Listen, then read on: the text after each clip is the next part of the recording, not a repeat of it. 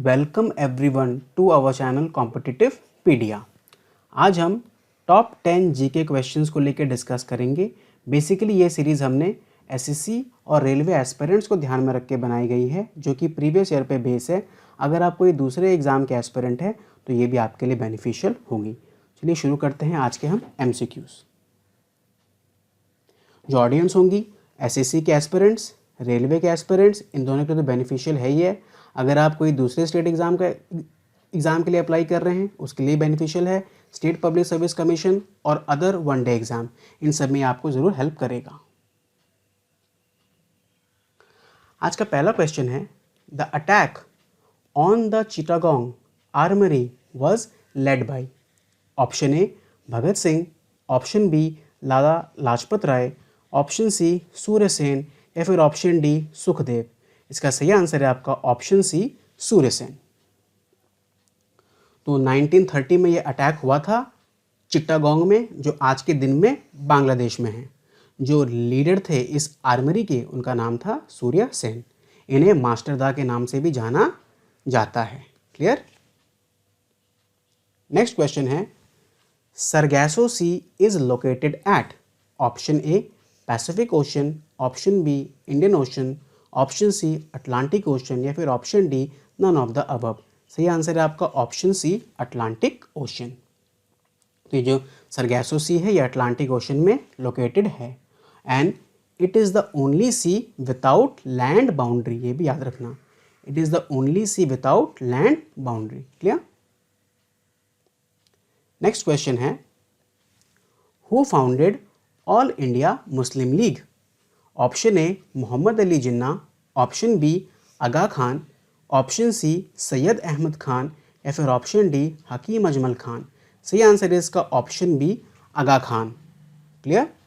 तो आगा खान ने ये लीग को बनाया था इन 1906 और कहाँ पर, ढाका में।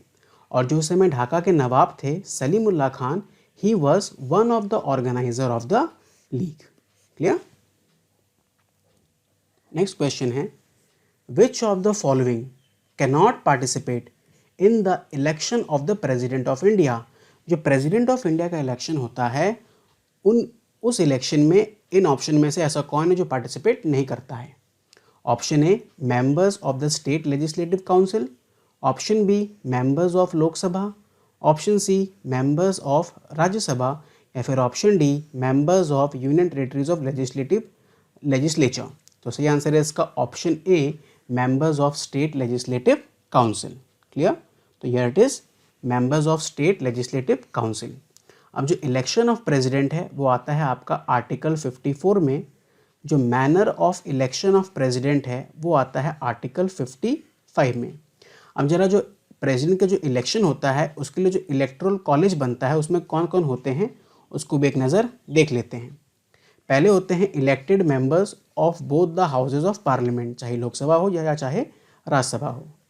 Elected members of the legislative assemblies of the states and elected members of the legislative assemblies of the UT of Delhi and Puducherry. तो ये सब उनके इलेक्टोरल कॉलेज में होते हैं।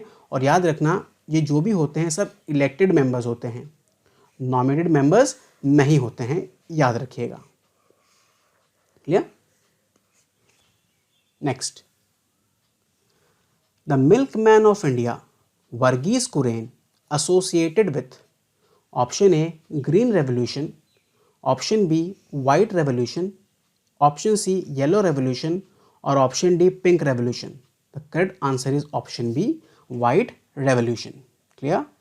तो वाइट रेवोल्यूशन किससे संबंधित है, मिल्क एंड डेयरी प्रोडक्शन से। और जो डॉक्टर वर्गीस कुरियन हैं इन्हें फादर ऑफ वाइट रेवोल्यूशन और मिल्क मैन ऑफ इंडिया भी कहा जाता है। Next question, the consumer price index is issued by which of the following organisation. Option A central statistical office, option B RBI, option C NITI Aayog या फिर option D finance commission. सही answer है आपका option A central statistical office. ये जो central statistical office है ये आपका इस्टेब्लिश हुआ था 2 मई 1951 में। जो इसका हेडक्वार्टर है वो है न्यू दिल्ली में। जो इसके पेरेंट ऑर्गेनाइजेशन है, मतलब जिसके अंडर ये आती है, वो है ministry of statistics and programme implementation. Basically consumer price index होता क्या है, तो consumer price index is use to calculate the retail inflation in the country. हमारी कंट्री का जो इन्फ्लेशन है ये इसको मेजर करती है। क्लियर। नेक्स्ट क्वेश्चन है the uniform civil code comes under which article. किस आर्टिकल के अंतर्गत यूनिफॉर्म सिविल कोड आता है? आर्टिकल 40, आर्टिकल 14, आर्टिकल 44 या फिर आर्टिकल 50? सही आंसर है आपका option C which is article 44।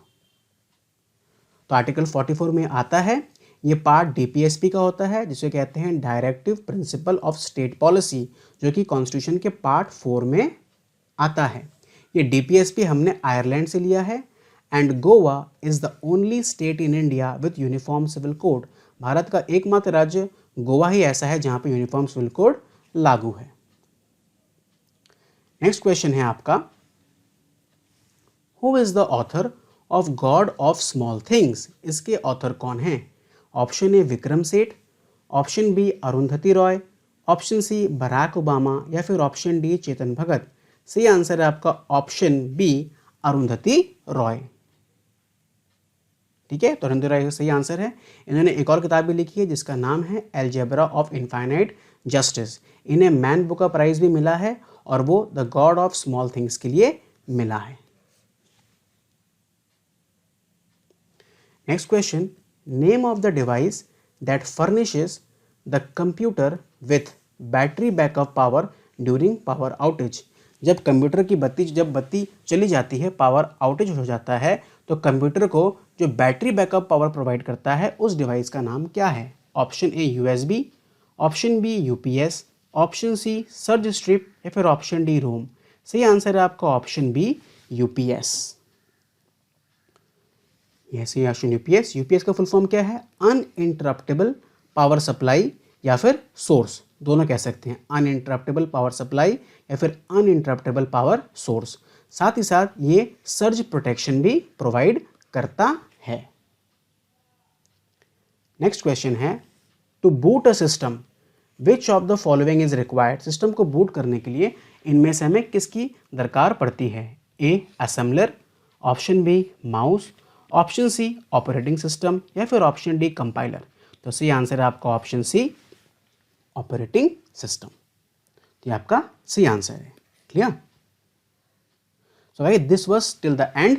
Thanks for watching the video. अगर आपको ये वीडियो पसंद आई तो आप हमारे चैनल को ज़रूर सब्सक्राइब करें और अपने दोस्तों के साथ ग्रुप में भी इसे शेयर करें। तब तक के लिए इस वीडियो को यहीं पर हम आज एंड करते हैं। God bless you all. Thank you.